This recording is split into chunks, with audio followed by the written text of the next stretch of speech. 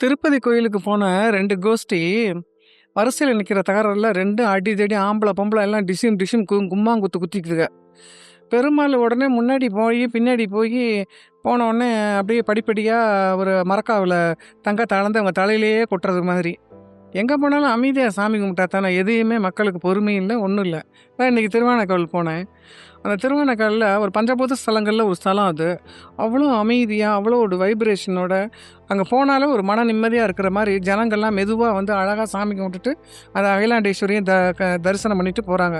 இது மாரி நெறைய சிவாலயங்களும், நெறைய பெருமாள் கோயில்களும் எத்தனையோ கோயில் நம்ம தமிழகத்துல வந்து இருக்கு. அது மாரி கோயில்களுக்கெல்லாம் ஏன் இன்னும் இந்தியா பூராவும் கூட இருக்குது.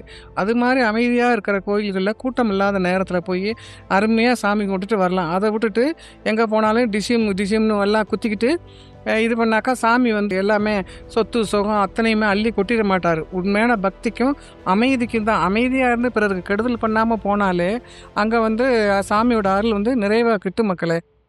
கொஞ்சம் யோசிங்க மக்களே.